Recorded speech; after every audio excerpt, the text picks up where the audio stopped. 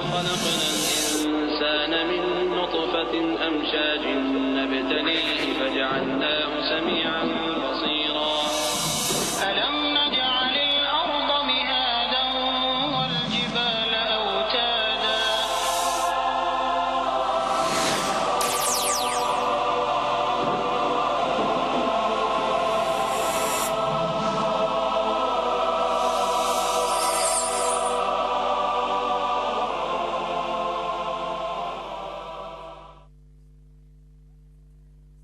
I would like to welcome to the stage our speaker, Dr.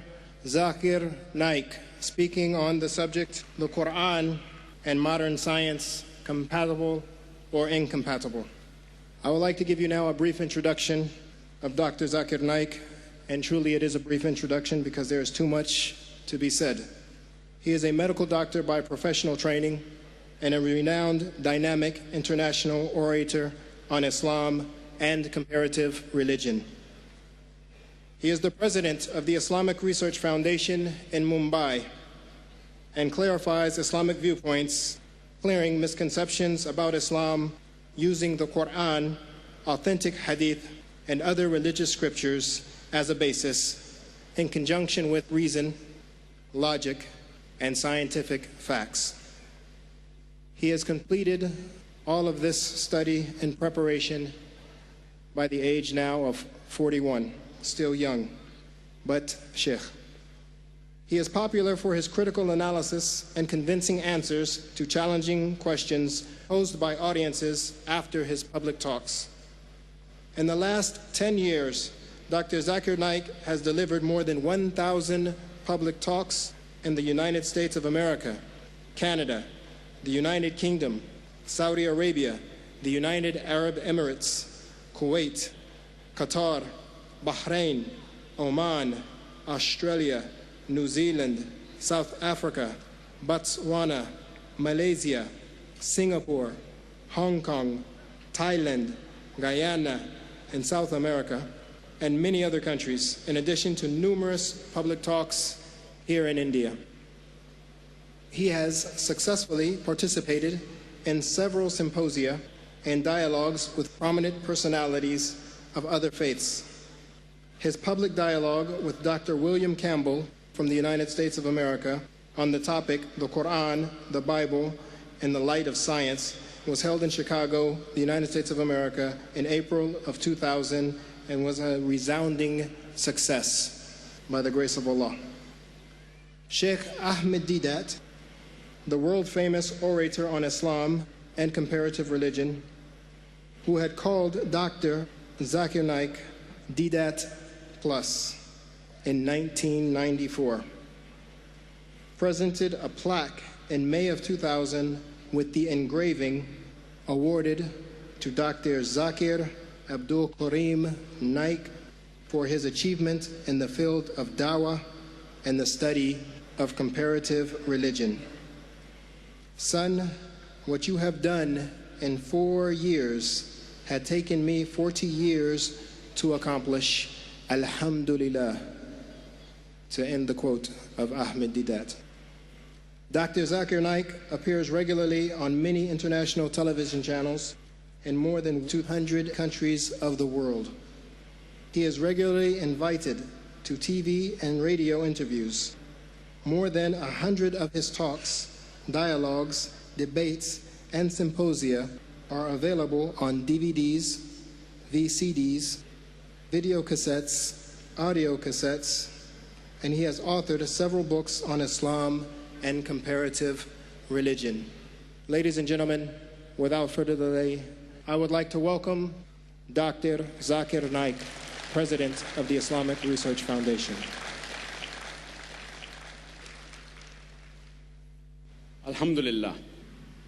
Wassalatu wassalam ala rasulillah wa ala alihi wa sahbihi ajma'in. Amma ba'd. A'udhu billahi minash shaitanir rajim. Bismillahir rahmanir rahim. Awalam yara allazina kafaru anna samawati wal arda kanat ratkan fastaknahuma wa ja'alna minal ma'i kulla shay'in hay afala yu'minun. Rabbi shrah li sadri wa yassir li amri wahlul 'uqdatam min lisani yafqahu qawli. My respected elders, and my dear brothers and sisters, I welcome all of you with Islamic greetings. Assalamu alaikum wa rahmatullahi wa barakatuh. May peace, mercy and blessings of Allah subhanahu wa ta'ala, of Almighty God, be on all of you. The topic of this evening's talk of mine is the Quran and modern science, compatible or incompatible. The glorious Quran is the last and final revelation of Allah subhanahu wa ta'ala, of Almighty God, which was revealed to the last and final messenger, Prophet Muhammad, peace be upon him. For any book to claim that it is the word of God, for any book to claim that it is the revelation from Allah subhanahu wa ta'ala, it should stand the test of time. Previously, hundreds and thousands of years back, it was the age of miracles. And alhamdulillah, the glorious Quran is the miracle of miracles. Later on, more than 1,000 years back, it was the age of literature and poetry when the Quran was revealed. And alhamdulillah, Muslims and non-Muslim scholars alike, they claim the glorious Quran to be the best Arabic literature available on the face of the earth. And Allah subhanahu wa ta'ala gives the challenge of the glorious Quran in Surah Baqarah, chapter number 2, verse number 23 and 24, which says, وَإِن كُنْتُمْ فِي رَيْبٍ مِّمَّا نَزَّلْنَا عَلَىٰ عَبْدِنَا. And if you are in doubt as what we have revealed to our servant, Prophet Muhammad, peace be upon him, from time to time, فَأْتُوا بِسُورَةٍ مِّن مِّثْلِهِ. Then produce a surah somewhat similar to it. وَادْعُوا شُهَدَاءَكُم مِّن دُونِ اللَّهِ إِن كُنتُمْ صَادِقِينَ. And call forth your helpers and witnesses, if there are any besides Allah, if your doubts are but true. فَإِن لَمْ تَفْعَلُوا. And if you cannot, وَلَن تَفْعَلُوا. And of a surety you cannot. فَاتَّقُوا النَّارَ الَّتِي وَقُودُهَا النَّاسُ وَالْحِجَارَةُ أُعِدَّتْ لِلْكَافِرِينَ. Then fear the fire whose fuel is men and stones, which is prepared for those who reject faith. Here the Quran gives a challenge that try and produce a surah somewhat similar to it.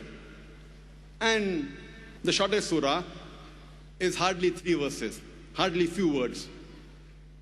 No one has done it so far, and no one, inshallah, till eternity will ever be able to do it. But today, suppose a religious scripture in a very poetic fashion says that the world is flat. Will a modern man believe in it? But naturally no, because today is not the age of literature and poetry. Today is the age of science and technology. So let us analyze today whether this glorious Quran is compatible or incompatible to modern science. Whether does it pass the test of today, the test of modern science. According to Albert Einstein, the famous physicist and the Nobel Prize winner, he said that science without religion is lame, and religion without science is blind. Let me repeat it, that Albert Einstein, the famous physicist and the Nobel Prize winner, said that science without religion is lame, and religion without science is blind. Let me remind you that the glorious Quran is not a book of science, S-C-I-E-N-C-E, but it is a book of signs, S-I-G-N-S. It's a book of ayats. And there are more than 6,000 ayats, 6,000 signs in the glorious Quran, out of which more than 1,000 speak about science. As far as my talk today is concerned, I will only be speaking about scientific facts which have been established. I will not be speaking about scientific theories and hypotheses, which all of us know very well, that many a time these theories and hypotheses, they take U-turns.